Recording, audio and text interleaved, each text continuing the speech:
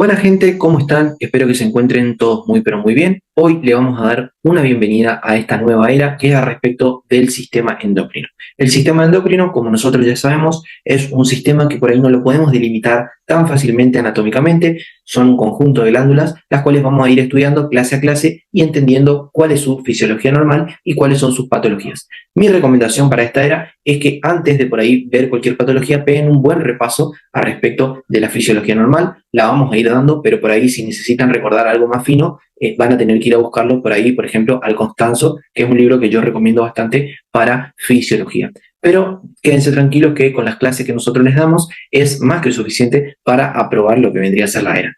Así que, sin más nada que agregar, vamos a arrancar con esta clase. Como ustedes ya saben, mi nombre es Lucas y en cualquier momento que ustedes necesiten sacarse alguna duda o hacer alguna consulta, me pueden consultar. No hay ningún problema. Así que espero que les guste la clase, traté de resumirla lo más que pude y préstenle mucha atención porque se pregunta bastante en examen. Así que arranquemos. Muy bien, gente. Como ustedes ya saben, el sistema endocrino es un conjunto de órganos que, junto con todo lo que vendría a ser el sistema nervioso, se va a encargar de regular todo lo que vendrían a ser las funciones del organismo. Como vemos acá, podríamos decir que junto al sistema nervioso es como un director de orquesta. ¿Por qué? Porque se va a encargar de regular y controlar las funciones del organismo. ¿A través de qué lo va a hacer? Lo va a hacer a través de diferentes mediadores químicos, como por ejemplo los neurotransmisores, las hormonas endocrinas, las hormonas neuroendocrinas, las hormonas autócrinas y paracrinas, y también a través de lo que vendrían a ser las citoquinas. Si ustedes se acuerdan por ahí de fisiología, los neurotransmisores eran aquellas hormonas, digamos, que eran secretadas por ¿quién? Por las neuronas, como por ejemplo la acetilcolina. Sin embargo, las hormonas endocrinas eran aquellas que iban a ser secretadas por células y iban a viajar ¿por dónde? Por la sangre, y de ahí se iban a ir hacia la periferia. Y las hormonas neuroendocrinas son aquellas hormonas que van a ir, digamos, desde lo que vendría a ser la neurona, van a viajar por la sangre y de ahí van a ir a células diana. Por eso es que se denominan como neuroendocrinas. Ejemplos de los neurotransmisores tenemos a la acetilcolina, por ejemplo, a la noradrenalina, al glutamato, por ejemplo. Dentro de las hormonas puramente endocrinas vamos a tener, por ejemplo, a la adrenalina, a la noradrenalina.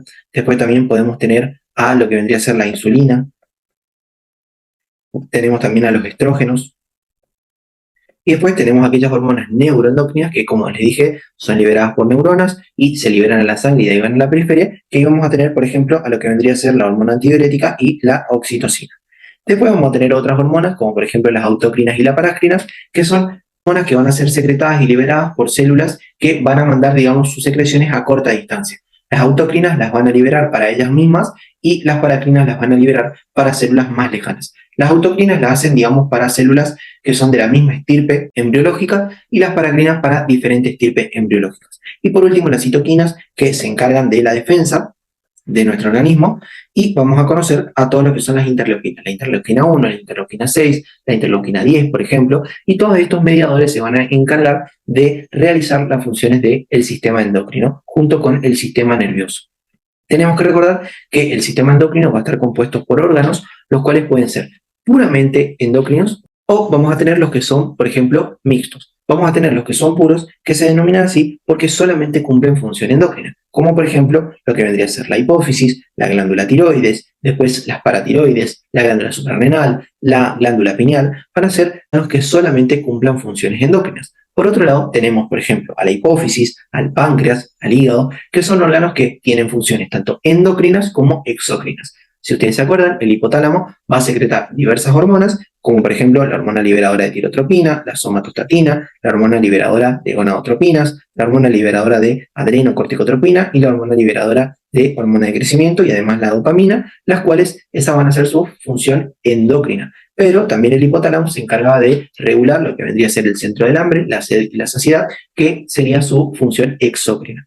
Y así también, por ejemplo, el páncreas, que secretaba la insulina, el glucagón y la somatostatina, esa era su función endocrina, y la función exócrina era la de secretar y producir el jugo pancreático. ¿Estamos de acuerdo? Entonces, vamos a ver que todos estos órganos que les nombré, tanto los puros como los mixtos, van a secretar diversas hormonas. Las hormonas las podemos dividir en hormonas que son de origen peptídico o proteico, o sea, que son derivados de aminoácidos, los que son derivados del colesterol, que son los esteroides, y los que son derivados de aminas, principalmente ¿quién? De la tirosina. Entonces, vamos a tener aquellas hormonas que tienen estructura proteica, por ejemplo, van a ser aquellas hormonas que van a viajar libre por la sangre porque no necesitan viajar unidas a proteínas, porque ya son proteínas. Van a ser formadas ¿en dónde? En el retículo endoplasmático rugoso, y de ahí van a ir a empaquetarse en el aparato de Golgi y van a ser liberadas. Algo que por ahí a mí me gusta que ustedes se acuerden, no solamente es al respecto de qué tipo de hormonas cada una. Por ejemplo, la tirotropina, todas las que son del hipotálamo, van a ser peptídicas, o sea, van a ser proteicas. Después vamos a tener otras, como por ejemplo la de la hipófisis anterior, vamos a tener por ejemplo la tirotropina, la LH, la FSH y la adrenocorticotropina, al igual que la prolactina, que van a ser, digamos, de estructura proteica.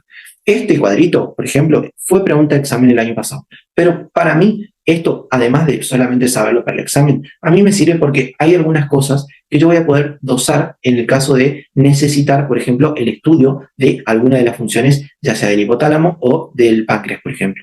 Si ustedes se acuerdan, cuando yo sintetizaba una hormona y la liberaba, yo iba a tener, dentro de lo que son las proteicas, yo iba a tener toda una estructura proteica, iba a tener un segmento que era, digamos, un péptido inactivo, que era lo que mantenía, digamos, a la hormona como quieta.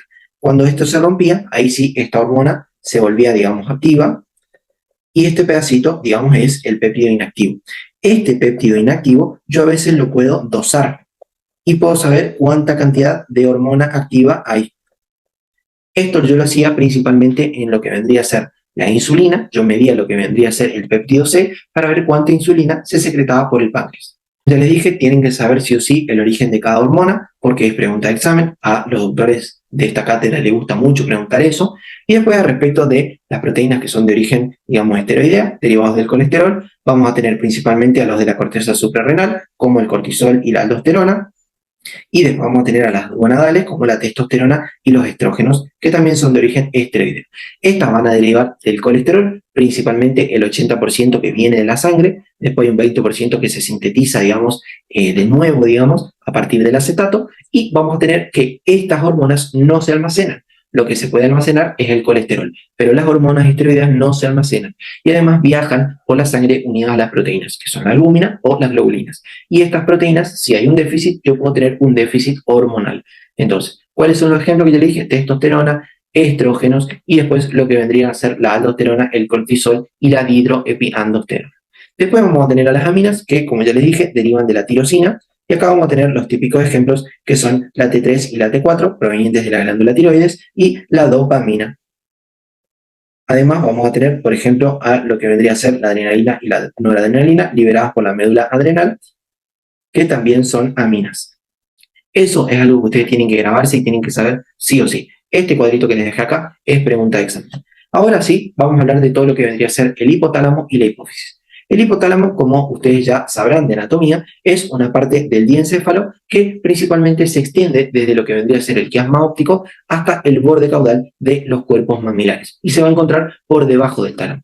Se extiende lateralmente por lo que vendría a ser la cápsula interna y está dividido por una estructura denominada fornix en una parte medial donde van a estar, digamos, principalmente los núcleos de las neuronas y por otro lado van a estar los centros hipotalámicos. Además, en la parte lateral vamos a tener los centros que se van a encargar de controlar las funciones vegetativas, como por ejemplo el hambre y el sueño. Entonces, ¿cuáles son las funciones principalmente del hipotálamo? La regulación neuroendocrina, la regulación autonómica, mantener la homeostasis y ser un centro integrador. Es algo muy importante porque se nos puede preguntar qué es el hipotálamo. Recuerden que por otro lado la hipófisis, que es la glándula que está por acá abajo, la hipófisis es una glándula única que se va a encargar, digamos, va a estar apoyada en lo que vendría a ser la silla turca del esfenoides y va a estar rodeada por lo que vendría a ser la dura madre.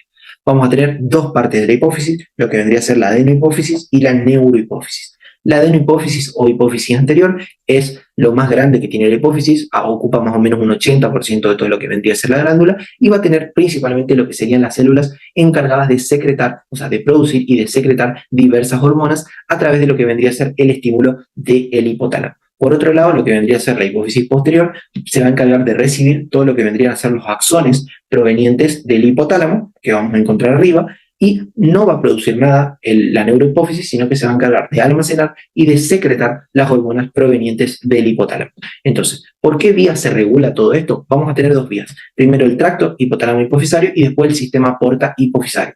El sistema porta-hipofisario está principalmente formado por ramas de lo que vendría a ser la arteria carótida interna, que me va a dar la arteria perihipofisaria superior. Esto no es pregunta de examen, solamente un repaso anatómico que se suele, digamos, por ahí preguntar en clase. Este sistema porta lo que se va a encargar, como vemos acá, es de conectar el hipotálamo con la adenohipófisis principalmente. Entonces, el hipotálamo lo que va a hacer es verter sus secreciones, o sea, verter todas las hormonas hacia lo que vendría a ser el sistema porta, y en el sistema porta va a llegar a la adenohipófisis, para que la adenohipófisis convierta, digamos, ese estímulo en producción de diversas hormonas para que vayan a la periferia y actúen sobre otros órganos. De ahí vamos a tener diferentes hormonas dentro de lo que vendría a ser el hipotálamo, y es algo que tenemos que saber sí o sí. ¿Cuáles son las hormonas que va a secretar el hipotálamo? Vamos a tener a la hormona liberadora de tirotropina, la cual va a ser liberada a nivel del hipotálamo y va a ir por el sistema porta a la adenohipófisis. En la adenohipófisis va a estimular a lo que vendrían a ser las células tirotropas o tirotróficas, que van a encargarse de liberar tirotropina, para que la tirotropina vaya a lo que vendría a ser la tiroides para estimular la secreción de T3 y de T4. Después vamos a tener, por ejemplo, lo que vendría a ser la secreción de también prolactina a través del estímulo de la hormona liberadora de tirotropina. Después lo vamos a ver, porque en el caso de que haya un hipotiroidismo, yo voy a tener elevados niveles de tirotropina y va a generar, digamos, un aumento de esta hormona en consecuencia del hipotiroidismo.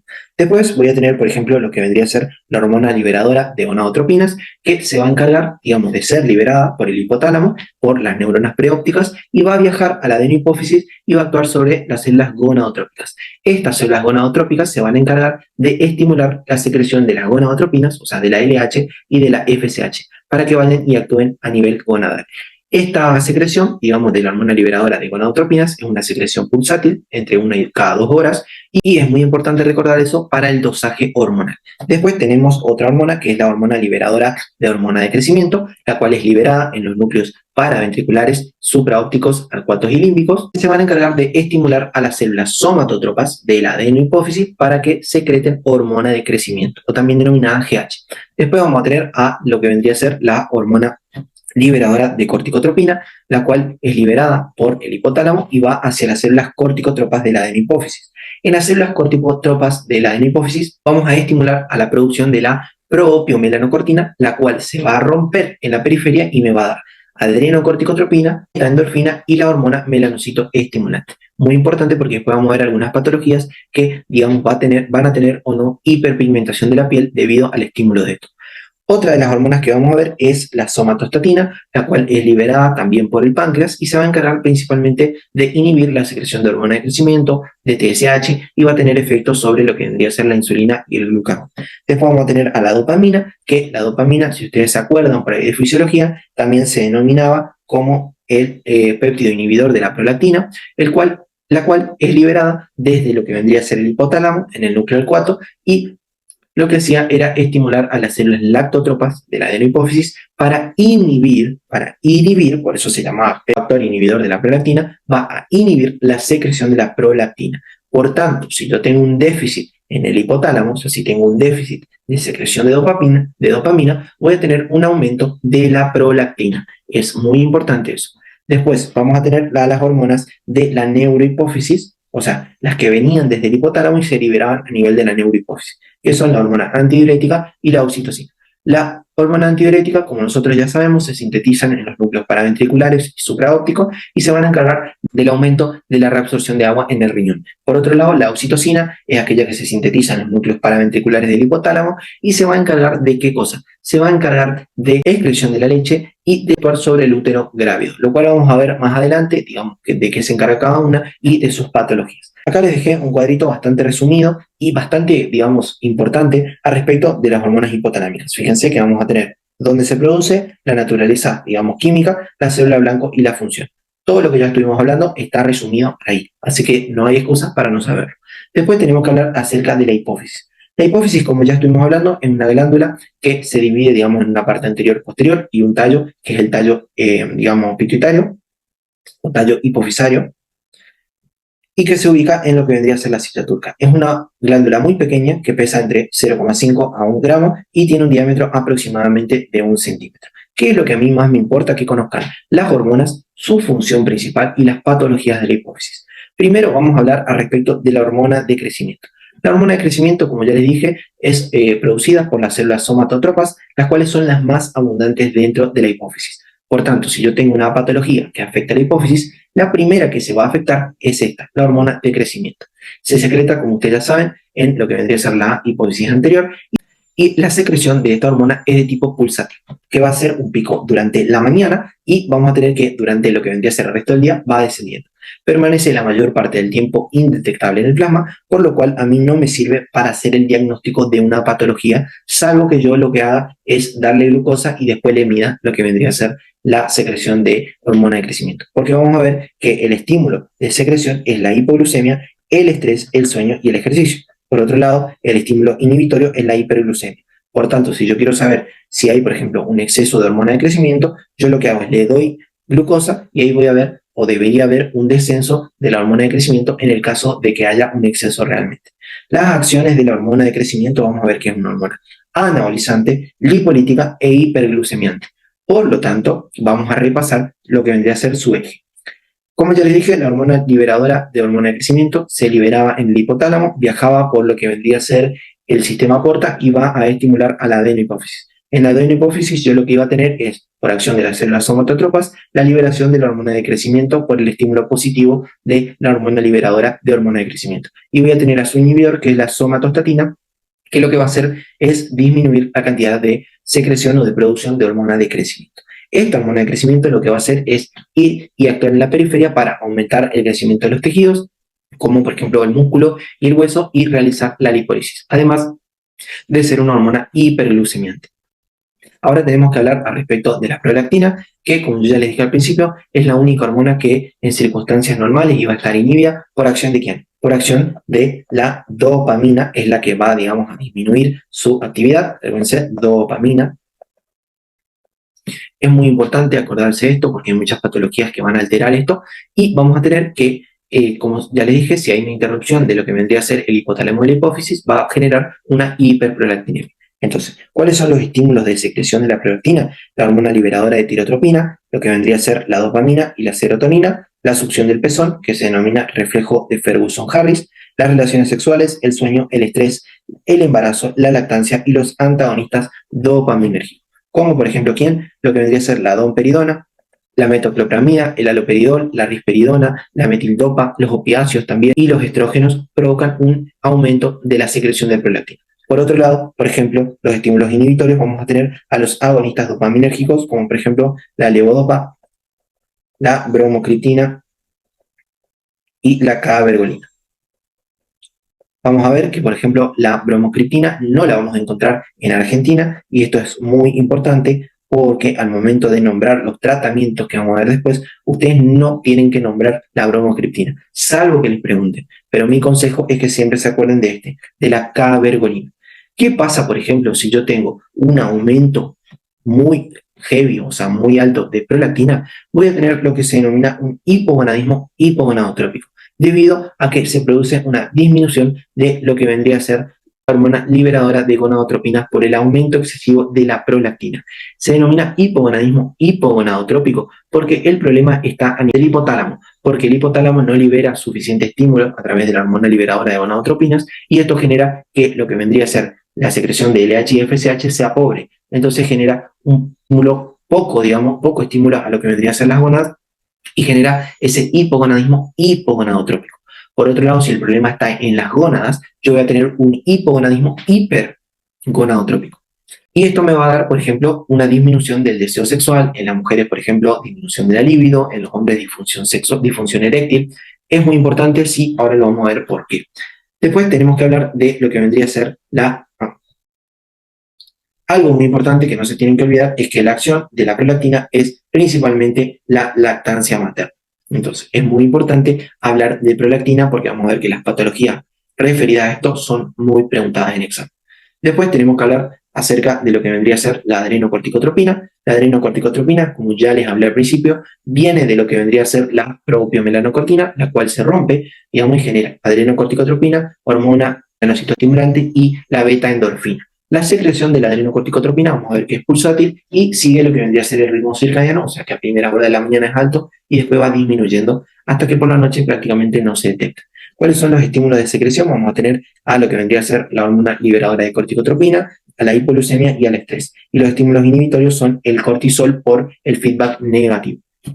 Como para recordar lo que vendría a ser el eje, el hipotálamo libera hormona liberadora de corticotropina que va y estimula de manera positiva a la hipófisis anterior, donde se produce adrenocorticotropina, la cual va a ir a estimular lo que vendría a ser la glándula suprarrenal, para que libere tanto glucocorticoides como mineralocorticoides, los cuales van a hacer feedback negativo hacia lo que vendría a ser la hipófisis y el hipotálamo. Muy importante que se acuerden los ejes de todas las hormonas hipofisarias, porque es pregunta de examen. ¿Cuáles son las acciones de la adrenocorticotropina? Producir cortisol, secretar aldosterona y producir lo que vendrían a ser los andrógenos suprarrenales. Después vamos a tener a lo que vendría a ser la TSH o tirotropina, que se encarga de estimular todas las etapas de lo que vendría a ser la producción de las hormonas tiroideas. Están compuestas por dos subunidades. Vamos a tener una subunidad alfa y una subunidad beta. Y vamos a tener que el estímulo de secreción principalmente es la hormona liberadora de tirotropina y los estímulos de inhibición son varios, como por ejemplo las concentraciones elevadas de T3 y T4, la somatostatina, la dopamina y los glucocorticoides. ¿Cuáles son las acciones de esta hormona, de la tirotropina? Estimular la síntesis de T3 y T4, las cuales van a aumentar la producción de calor, desarrollo del sistema nervioso y del esqueleto, del uso y de la disponibilidad de metabolitos y aumentar el metabolismo. Muy importante que se acuerden las funciones. Después vamos a tener una clase obviamente solo de tiroides para que tengamos un amplio conocimiento al respecto de esto. Después, otra cosa que tenemos que hablar es al respecto de la hormona folículo estimulante y luteinizante, las cuales se estimulan a través de la hormona liberadora de gonadotropinas y se va a inhibir, como ya les dije, por feedback negativo, excepto en un momento. El momento en el cual no hay feedback negativo es al momento de la ovulación. Cuando hay ovulación, o sea, en la mujer, yo voy a tener que el aumento de la hormona folículo estimulante va a provocar un aumento de los estrógenos que a su vez me va a condicionar a qué cosa, a que haya el pico de LH que genere la ovulación. Y ahí yo voy a tener un feedback positivo porque voy a tener todas las hormonas elevadas. El estímulo de secreción para la hormona FSH y la LH es la hormona liberadora de gonadotropinas y el estímulo inhibitorio, como ya les dije, son las hormonas sexuales. Obviamente en situaciones normales, salvo en la ovulación, que yo tengo lo que vendría a ser un estímulo positivo. ¿Cuáles son las acciones de estas hormonas? Muy importante que tenemos que diferenciarla en la mujer y en el hombre. En la mujer, la FSH se va a encargar de desarrollar el folículo ovárico y de estimular la secreción de estrógenos por el ovario. Y la LH se va a encargar de la ovulación y de mantener el cuerpo lúteo. Por otro lado, en el hombre, por algo les marqué acá con la LH se encarga principalmente de lo que vendría a ser la síntesis y secreción de la testosterona a partir de las células de Leydig. Y después vamos a tener a la FSH, que como ustedes ven tiene una S, que es porque se encarga de desarrollar los túbulos seminíferos a la vez que regula la espermiogénesis. Por eso, digamos, esas son mis mnemotecnias para acordar. Después tenemos que hablar de todo lo que vendría a ser la neurohipófisis, como ya venimos hablando. La oxitocina es aquella sintetizada principalmente en los núcleos paraventriculares del hipotálamo y van a transportarse por vía neuronal a lo que vendría a ser la neurohipófisis para que se liberen. Ahí el estímulo de secreción principalmente son las relaciones sexuales y la succión del pezón, y vamos a tener que como acción tenemos a la eyección láctea y a la contracción del útero grave. Después vamos a tener, por ejemplo, a lo que vendría a ser la hormona antidiurética, o también denominada vasopresina, que es aquella producida y sintetizada a nivel del hipotálamo en el núcleo supraóptico y paraventricular, y de ahí se transportan a la neurohipófisis por las neuronas, donde se almacenan y se liberan. Los estímulos de secreción principalmente son el aumento de la osmolaridad plasmática, la disminución de la bulimia y la disminución de la presión arterial, además de algunos fármacos como por ejemplo la fenitoína y por ejemplo el alcohol. Después vamos a tener los estímulos inhibitorios, como por ejemplo la disminución de la osmolaridad plasmática y el aumento de la bulimia o el aumento de la presión arterial. ¿Cuál es la función de la ADH? Muy importante que se acuerden de eso, es que aumenta la reabsorción de agua libre a nivel de lo que vendría a ser el riñón, porque actúa sobre los receptores B2, se van a encontrar a nivel del túbulo contorneado distal y de los túbulos colectores, así manteniendo lo que vendría a ser la osmolaridad plasmática. Entonces la ADH se encarga de mantener la osmolaridad plasmática. Después vamos a hablar de lo que vendría a ser la diabetes insípida y el SIHA al final de la clase, que es algo bastante preguntado. Acuérdense que todas las patologías, tanto de la hipófisis anterior como de la posterior, las vamos a poder dividir en tres, digamos. Las que son por exceso, las que son por déficit y las que son de origen autoinmune. Entonces, cuando yo les pregunte, por ejemplo, o cuando les pregunte en el examen, causas de patologías de la hipófisis, acuérdense que voy a tener causas donde haya mucha hormona, causas donde haya poca hormona y causas donde tenga anticuerpos que actúen sobre la hormona o sobre los receptores. Ahora, como ya sabemos todo lo que vendrían a ser las hormonas de la hipófisis, vamos a hablar de lo que vendrían a ser las patologías de la hipófisis anterior. Vamos a hablar del hipopituitarismo y tenemos que saber que el hipopituitarismo es la disminución o el déficit de una o de varias hormonas. Cuando yo tengo, por ejemplo, el déficit de más o igual a 3 hormonas, yo lo que voy a hablar es de lo que se denomina panhipopituitarismo. El panhipopituitarismo es entonces el déficit de más o de 3 hormonas. ¿Y cómo yo me doy cuenta o cómo yo voy a ver que todo esto se produce? Voy a tener una secuencia clínica que me va a llevar el diagnóstico. ¿Por qué? Como yo les hablé, yo voy a tener, por ejemplo, la hormona de crecimiento, que es la hormona más abundante, digamos, las células dentro de la hipófisis son las más abundantes en esta glándula. Entonces, la primera que se va a ver afectada es la hormona de crecimiento, después voy a tener a lo que vendría a ser el déficit de LH y FSH, después voy a tener al déficit de la TSH y por último recién el déficit de lo que vendría a ser la adrenocorticotropina. ¿Cómo yo me voy a dar cuenta de esto? A partir de la clínica. O sea, el paciente va a ir teniendo déficit de cada una de estas hormonas. Lo importante acá es que tenemos una mnemotecnia para acordarnos, que es girita, porque primero se afecta la hormona de crecimiento, después la hormona LH y FSH, después la hormona TSH y por último la ACTH. Muy importante que se acuerden de esta secuencia. Después vamos a tener las causas, que mi recomendación es que se aprendan entre 10 a 15 de cada una. Este es un cuadrito que yo saqué del Farreras, donde podemos hablar de un hipopituitarismo primario o secundario. Primario porque la patología está en la hipófisis, como por ejemplo los adenomas hipofisarios, que son los más frecuentes, tumores con crecimiento o metástasis intracelares, aneurismas, necrosis isquémica de la hipófisis, que es el síndrome de Sheehan. Los que no saben, el síndrome de Sheehan se produce porque cuando la mujer está, digamos, en el parto y tiene una hemorragia, genera lo que vendría a ser una, digamos, pérdida, digamos, abrupta de sangre que genera una isquemia en la hipófisis. Entonces, cuando la hipófisis queda sin sangre, se necrosa y ahí, chao, cagaron, no tenemos más hormonas de la hipófisis y genera el hipopituitarismo.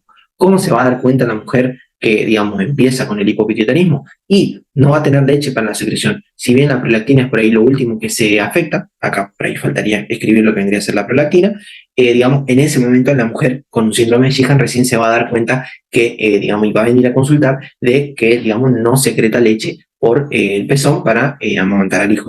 Después, la apoplejía hipofisaria, después tenemos alteraciones hipofisarias por infecciones, por ejemplo, o granulomatosis, después el síndrome de sida turca vacía, que vamos a hablar, el hipopituitarismo iatrogénico, por ejemplo, si nosotros operamos un tumor que es hiperfuncionante, después le sacamos la adenopófisis o, digamos, por la radioterapia, la hipófisis quedó tan chiquita, se atrofió y no sirve más, generamos un hipopituitarismo. Después, dentro de las causas secundarias, tenemos un montón, como tumores, aneurismas, un traumatismo y demás, igual que afectaciones nutricionales, psiquiátricas y demás.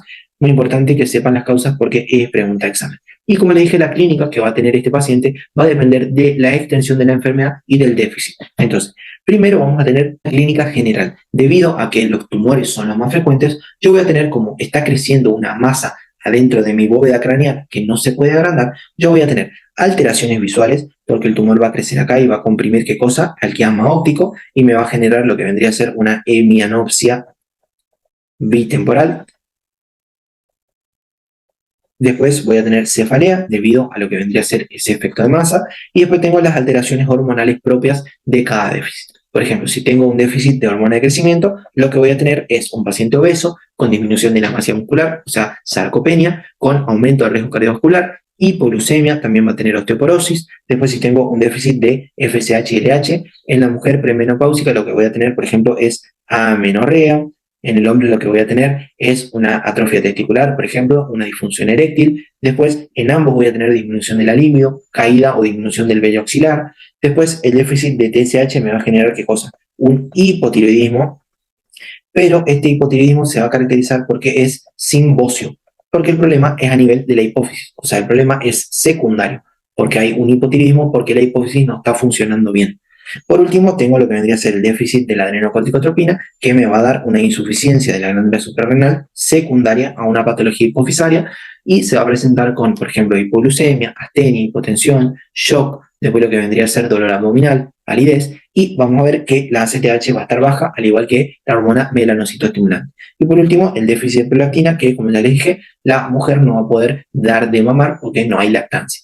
¿Cómo voy a hacer el estudio para estos pacientes? Lo que voy a hacer es, pedir un dosaje hormonal para cada hormona. Por ejemplo, en el caso de la hormona de crecimiento voy a pedir dosaje de factor insulínico de crecimiento. Pues, por ejemplo, en lo que vendría a ser la adrenocorticotropina voy a medir el cortisol basal, que si es menos de 3,5 gramos por decilitro es diagnóstico, y si es mayor de 18 ya excluye mi diagnóstico. Prolactina, que ahí voy a medir la prolactina basal. TSH, donde voy a medir TSH y T4 libre, y LH-FSH, donde voy a medir testosterona y LH en el varón, y en la mujer el estradiol, LH y FSH. Muy importante que se acuerden eso, porque por ahí les van a preguntar en examen, más si es Alzheimer. El tratamiento del hipopituitarismo es principalmente buscar la causa, donde, como ya le dije, lo más frecuente son los adenomas, y vamos a hacer lo que se llama la cirugía transesfenoidal.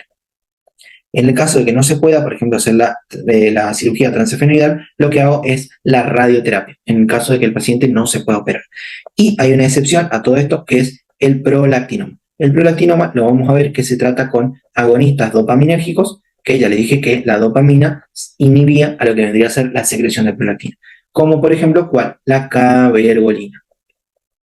Después, el tratamiento, digamos, sintomático, tenemos que reemplazar las hormonas que no están. ¿Se acuerdan que teníamos un orden de afectación? Bueno, el reemplazo hormonal va a ser inverso. O sea, lo que primero voy a hacer es reemplazar lo que vendría a ser la hormona adrenocorticotropina, dándole ¿qué cosa? Dándole glucocorticoides. Después lo que voy a hacer es darle levotiroxina para el hipotiroidismo. Voy a hacer sustitución gonadal, principalmente en varones y en aquellas mujeres menores de 40, sí o sí, en aquellas mayores de 40, dependiendo de la mujer, digamos, si tiene síntomas vasomotores. Después tengo que hacer sustitución en el caso de que sea un niño. Tengo que sustituir la hormona de crecimiento para que no quede, digamos, con enanismo. Ahí puedo invertir, puedo darle primero la hormona de crecimiento y después darle la sustitución gonadal, y después voy a dar desmopresina en el caso que el paciente tenga diabetes insípida. Recuérdense que el déficit de prolactina no se... Acá les dejo, por ejemplo, un cuadrito resumen al respecto del test de elección, los test alternativos y el tratamiento para el déficit de cada eje hormonal. Y obviamente la regla mnemotécnica que ya les pasé hace un ratito. Ahora vamos a hablar de los adenomas hipofisarios. Como ustedes ya saben, la causa más frecuente de lo que venimos hablando de la hipófisis son los adenomas hipofisarios. Estos adenomas, o sea, estos tumores, vamos a ver que se van a clasificar según el tamaño y según la producción hormonal de los mismos. Según el tamaño, y esto fue pregunta de examen el año pasado, vamos a tener que los adenomas se pueden clasificar en microadenomas cuando son menores a 1 centímetro, agreguen la carcolchete, y macroadenomas cuando son mayores a 1 centímetro. Y cuando se clasifican por su producción hormonal, vamos a ver que vamos a tener los productores de prolactina, que son los más frecuentes, los prolactinomas. Vamos a tener los productores de hormona de crecimiento, que pueden también secretar prolactina. Después tenemos a los productores de adrenocorticotropina, que me van a dar la enfermedad de Cushing, que es diferente a lo que vendría a ser el síndrome de Cushing, porque el síndrome de Cushing se da a nivel de la glándula suprarrenal. Por otro lado, la enfermedad de Cushing se da a nivel hipotalámico. Esto fue pregunta de examen. Después vamos a tener a lo que vendrían a ser los productores de folículo estimulante y leutinizante, que ya son muy raros, al igual que los productores de tirotropina y los adenomas no funcionantes. Los adenomas no funcionantes, para aquellos que no recuerden, eran aquellos adenomas que se daban en las células cromóforas de la adenopófisis. La adenopófisis tenía dos células, las cromóforas y las crimófilas. Las cromóforas son aquellas que no se pintan porque no hacían, digamos, no se pintaban a la histología porque no cumplían funciones. Por lo contrario, las cromófilas eran las que sí, como por ejemplo las somatotropas, las lactotropas, todas esas son células cromófilas de la hipófisis. ¿Cuáles son los factores predisponentes para tener un adenoma? Un adenoma previamente conocido, hipertensión arterial, shock, puerperio, embarazo y la drepanocitosis. Muy importante que se acuerden de eso. ¿Cuál va a ser la clínica de un paciente que tenga un adenoma? Obviamente que si tengo un prolactinoma, que es lo más frecuente, voy a tener ¿qué cosa? Hemianopsia bitemporal y cefalea, que es lo que ya veníamos hablando. Además, puedo tener, por ejemplo, alteración del tercer par, donde el paciente va a tener tosis palpebral y midriasis principalmente. Además, puede presentarse con apoplejía hipofisaria, donde el paciente va a tener sangrado agudo del adenoma, y lo voy a hacer tratamiento con glucocorticoides a dosis elevadas. Además, puedo hacer sueroterapia intravenosa y cirugía de urgencia para descomprimir lo que vendría a ser todo el sistema nervioso central. ¿Cómo voy a hacer el diagnóstico? Y este cuadrito que les dejé acá me pareció espectacular. Vamos a hacer un diagnóstico a través del estudio hormonal, el estudio oftalmológico, o sea, del campo visual, y los estudios de imagen. Pero ¿cómo es el algoritmo diagnóstico? En el caso de que yo sospeche que el paciente tiene un tumor hipofisario, tengo que evaluar la función de la hipófisis. De ahí, si me da que es un tumor funcionante, tengo que dosar las hormonas. Si es por prolactina, o sea, si hay un prolactinoma, que es lo más frecuente, le doy agonistas dopaminérgicos, como por ejemplo la cabergolina. Si no tolera, por ejemplo, o no sirve nada porque el tumor sigue igual o sigue creciendo, ahí sí le voy a hacer cirugía. Por otro lado, si es un tumor de hormona de crecimiento, adrenocorticotropina, FSH y LH, lo que hago es directamente ir a la cirugía. Por otro lado, si es un tumor no funcionante, lo que tengo que hacer es ver si es un micro o si es un macroadenoma. Si es un microadenoma, tengo que controlarlo cada 6 meses, 1 año, 2 años y 5 años, y si no tiene cambios, lo dejo así nomás. Pero por otro lado, si aumenta el tamaño del tumor cuando hago el control, o si empeora o genera hemianopsia bitemporal, o primero puede hacer cuadrantopsia y después genera una hemianopsia bitemporal, ahí sí lo que hago es cirugía. Por otro lado, si el macroadenoma ya alteró el campo visual, hago directamente cirugía y se termina el problema. Ahí ya tenemos el tratamiento, pero vamos a repasarlo obviamente. Como les dije, podemos hacer observación en el caso de que sea un microadenoma no secretor, cirugía transesfenoidal, excepto en el prolactinoma. En el prolactinoma primero hacemos agonistas dopaminérgicos y obviamente la radioterapia si tengo residuo. Acá les dejé otro cuadrito del algoritmo diagnóstico. Con el primero, para mí, digamos, está más que suficiente porque me pareció bastante copado y es dentro de las guías más actualizadas de endocrinología. Después vamos a tener al síndrome de la silla turca vacía, que es un síndrome caracterizado por una herniación de la cisterna supraaracnoidea. Acá lo que tienen que saber principalmente es que, obviamente, la silla turca va a estar vacía, de causa primaria o idiopática, y secundaria, por ejemplo, alguna patología hipofisaria. El cuadro clínico, principalmente, la mayoría son asintomáticos, pero el paciente puede tener, y presten atención acá, cefalea, alteraciones de la visión, o sea, hemianopsia bitemporal, por arrastre del quiasma óptico, y rinolicuorrea, que es la secreción de líquido cefalorraquídeo por la nariz. O sea, al paciente, por la nariz, se le cae líquido cefalorraquídeo. Además, podemos tener el déficit de cualquier hormona de la hipófisis. ¿Cómo hacemos el diagnóstico? Principalmente por un déficit de las hormonas de la hipófisis y por una resonancia magnética que me va a dar lo que vendría a ser el diagnóstico definitivo. El tratamiento, si el paciente es asintomático, no es necesario hacer tratamiento, pero si tiene alteraciones visuales o caída de líquido cefalorraquídeo por la nariz, ahí sí hacemos cirugía. Ahora hablemos de un tema muy, pero muy importante, que es al respecto de la acromegalia. La acromegalia, para los que por ahí algunos ya se acuerdan de fisiología, es un síndrome clínico caracterizado por lo que vendría a ser la elevación crónica de hormonas de crecimiento. Pero esto se da principalmente en los adultos, porque si yo hablo de una elevación crónica de hormona de crecimiento en niños, hablo de gigantismo, porque todavía no se cerraron lo que vendrían a ser las placas de crecimiento óseo. ¿Cuáles son las causas? Y es lo que sí o sí tenemos que saber. Vamos a tener, por ejemplo, causas que son propias de la hipófisis, por un adenoma secretor, por ejemplo, de hormona de crecimiento o adenomas mixtos, y después tenemos los tumores extrahipofisarios, como por ejemplo un tumor pancreático o de pulmón o de ovario y de mama, que van a generar, digamos, secreción ya sea de hormona liberadora de hormona de crecimiento o de hormona de crecimiento principalmente. Entonces, yo puedo tener un tumor afuera que secrete hormona liberadora de hormona de crecimiento o que secrete hormona de crecimiento en sí. Y eso me va a generar toda la clínica que ya vamos a ver. Vamos a tener que, por ejemplo, la clínica que van a tener estos pacientes es el crecimiento de las partes acras, porque ya habíamos hablado que la función de la hormona de crecimiento era aumentar la síntesis proteica, hacer lipólisis y también de ser hiperglucemiante. Vamos a tener el crecimiento de las partes acras, como ya les dije, manos, pies, prognatismo, por ejemplo, mala oclusión dentaria. Por ahí ya les habrán contado en clase que les dan caso de un paciente, por ejemplo, que cada vez que se ponía brackets, porque se puso varias veces, se lo sacaba y se le volvían a deformar los dientes. Esto te da, digamos, este crecimiento de las partes acras porque aumenta lo que vendría a ser el depósito de los mucopolisacáridos. Además, vamos a tener el aumento de las partes blandas, como la macroglosia, el bocio, cardiomegalia y visceromegalia, o sea, hepato y esplenomegalia. Tener complicaciones como la hipertensión arterial, también la hipertrofia del ventrículo izquierdo, por la macroglosia, además, por otras, digamos, características ya más finas, puedo tener un síndrome de apnea y hipopnea obstructiva del sueño, síndrome de túnel carpiano, galactorrea, disminución de la libido, alteraciones menstruales y diabetes mellitus de tipo 2. Esto es pregunta de examen, siempre. Después vamos a tener, por ejemplo, lo que vendría a ser el laboratorio, que el laboratorio ya se ha preguntado en exámenes el año pasado. El laboratorio de estos pacientes va a venir el paciente con hiperfosfatemia, hipercalciuria, pero sin hipercalcemia, insulinoresistencia, hipoglucemia y además hiperinsulinismo. Y vamos a tener unos síndromes asociados a lo que vendría a ser la acromegalia, algo que no se ha preguntado, pero por si entra en algún choice, vamos a tener a la neoplasia endocrina múltiple, al síndrome de McCune-Albright y al complejo de McKerney, que son, digamos, las patologías asociadas a la acromegalia más frecuentes. Algo que me faltó recalcarles acá es que para que yo tenga toda esta clínica, yo necesito que haya un exceso de hormona de crecimiento mayor a 5 años. O sea, más de 5 años yo tengo que tener una elevación crónica de la hormona de crecimiento. ¿Cómo voy a hacer el diagnóstico? Si bien el laboratorio me va a ayudar. El diagnóstico definitivo lo hago a través del dosaje del factor insulínico de crecimiento tipo 1, que va a estar elevado tanto para la edad como para el sexo del paciente. Y otra cosa que puedo hacer es darle glucosa al paciente y ver si se inhibe o no la hormona de crecimiento. Si no tiene supresión, ahí tengo mi diagnóstico de acromegalia. Además, puedo hacer una resonancia hipotálamo hipofisaria con GABA para ver si hay o no un adenoma.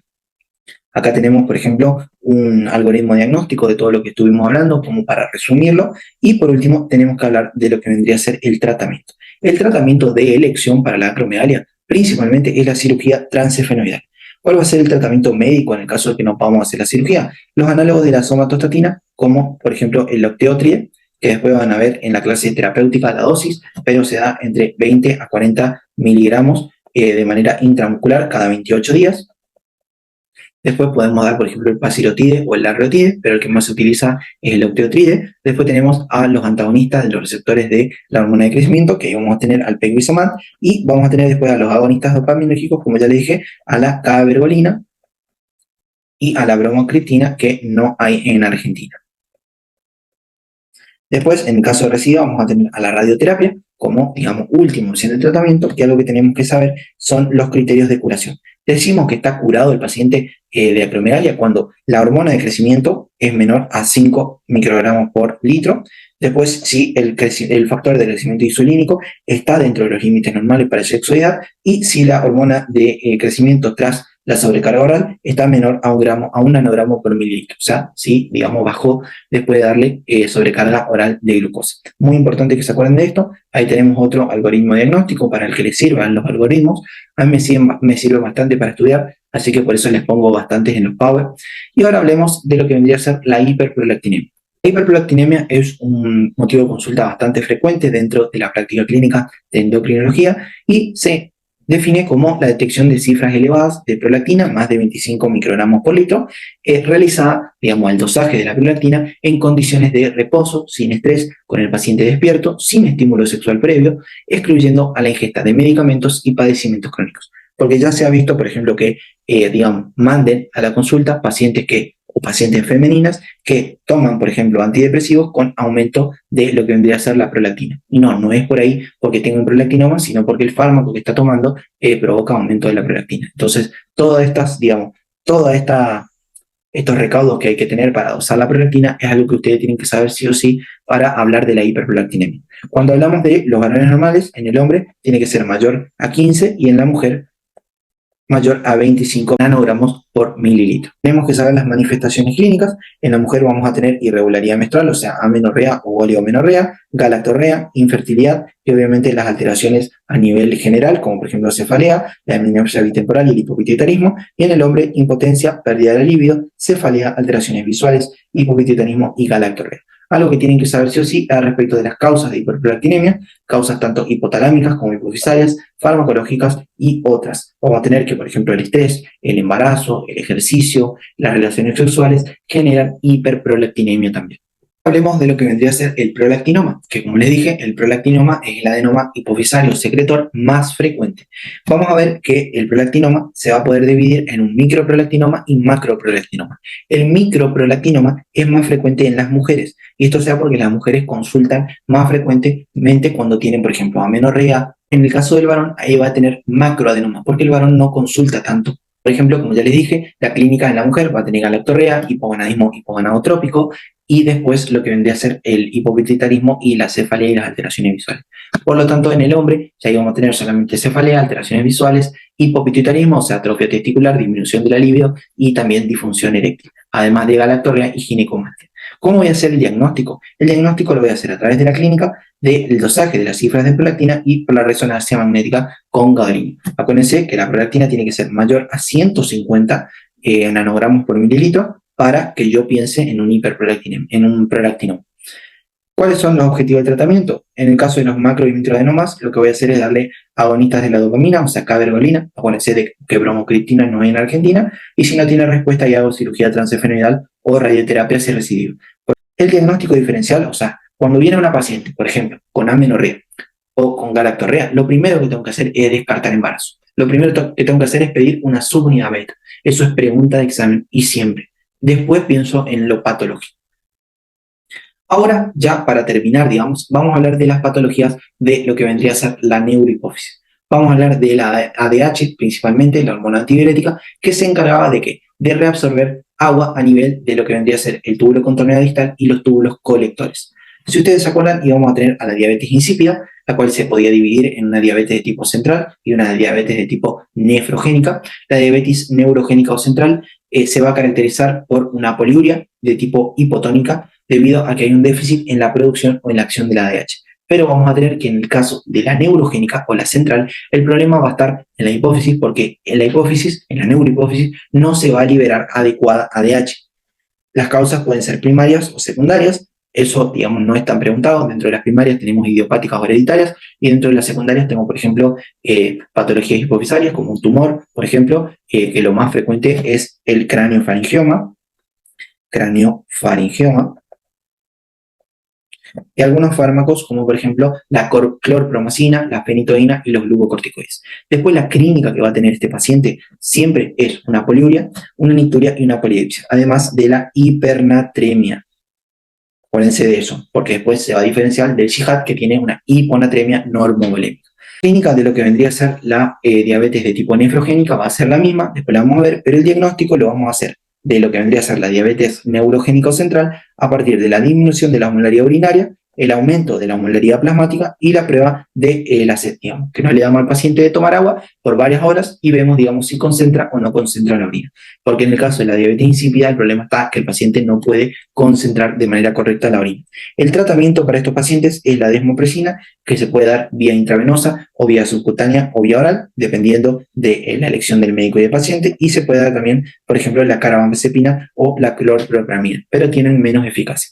Después vamos a tener, como les dije, a la diabetes de tipo nefrogénica, donde el problema va a estar a nivel renal porque el riñón no tiene adecuada respuesta a la ADH. Las causas también van a ser primarias y secundarias. Dentro de las causas secundarias tenemos, por ejemplo, a la uropatía obstructiva, a la pielonefritis, a la necrosis tubular aguda, poliquitosis renal, sarcoidosis, amiloidosis, hiperpotasemia, hipercalcemia, hiperglucemia. Creo que todas esas causas que le dejé en su apunte, pero esto no es tan preguntado porque ya lo dimos en la parte renal. Lo que por ahí se suele preguntar es de un paciente, por ejemplo, psiquiátrico que consume litio por el tratamiento y, digamos, desarrolla una diabetes insípida por la falla renal, digamos, la falla a la respuesta de la ADH a nivel renal. Obviamente, como les dije, la clínica va a ser poliuria, hipernatremia, osmolaridad urinaria por debajo de 300 millimol por kilo, o sea, una orina bastante diluida, nicturia, polidipsia y disturbio del sueño. El tratamiento acá, en el caso de lo que vendría a ser la diabetes insípida nefrogénica, ahí lo que voy a hacer es corregir las alteraciones metabólicas, o sea, corregir el déficit de sodio, potasio, calcio, y lo que voy a hacer es restringir el consumo de sal y de proteínas, darle hidroclorotiazida para, digamos, generar una hipovolemia y aumentar la reabsorción de sodio y de agua a nivel de riñón sin acción de la ADH, y después le puedo dar, por ejemplo, lo que vendría a ser AINES para inhibir la síntesis de prostaglandinas. Y después vamos a hablar del síndrome de secreción inadecuada de ADH. En este caso, por ejemplo, yo tengo una secreción excesiva de la ADH. Y esto lo que me va a generar es lo que ya vimos en renal, que es una hiponatremia normovolémica. La causa más frecuente, como ya sabemos, son enfermedades pulmonares, neurológicas y algunos fármacos. Dentro de las enfermedades pulmonares tengo, por ejemplo, el asma, la neumonía, el EPOC, después la tuberculosis, los abscesos, el empiema, los neumotórax también. Y vamos a tener que este exceso de ADH lo que hace es aumentar la retención de agua libre y por lo tanto diluir el sodio dentro del plasma. Entonces, si ustedes se acuerdan, yo tenía mi vaso sanguíneo, por ejemplo, y aumenta la cantidad de agua. Entonces el sodio que estaba normal va a bajar, digamos, va a bajar entre comillas, porque aumenta la cantidad de solvente que hay adentro del vaso sanguíneo. Después, dentro de lo que vendría a ser la clínica puede ser asintomática o puede ser sintomática dependiendo de la concentración de sodio. Si la concentración de sodio, por ejemplo, es menor a 120 miliequivalente litro, ahí yo voy a tener, digamos, una clínica bastante exagerada, con debilidad muscular, hiporreflexia, coma y algunas alteraciones respiratorias como la respiración de Cheyne-Stokes. Y después tengo los síntomas leves en el caso de que, por ejemplo, el CHIHAT se dé de manera prolongada, o sea, de a poquito, o que el sodio plasmático sea mayor a 120 miliequivalentes por litro. Que ahí sí el paciente va a tener náuseas, vómito, letargia, bradipsíquica, por ejemplo, bradipsiquia, cefalea y irritabilidad, por ejemplo. Entonces, eso es muy importante y el tratamiento es principalmente la restricción hídrica y darle diuréticos. El laboratorio, acuérdense que el laboratorio de estos pacientes va a ser la hiponatremia, normovolémica, o sea, un sodio menor de 135 miliequivalente litro, una hiponatremia de tipo hiposmolar, normovolémica, la osmolaridad urinaria, vamos a ver que está mayor a 100 miliosmoles por kilo, y vamos a tener que el sodio en orina, el sodio urinario, es mayor a 40 milimoles por litro. Muy importante que se acuerden de esto porque esto es pregunta de examen.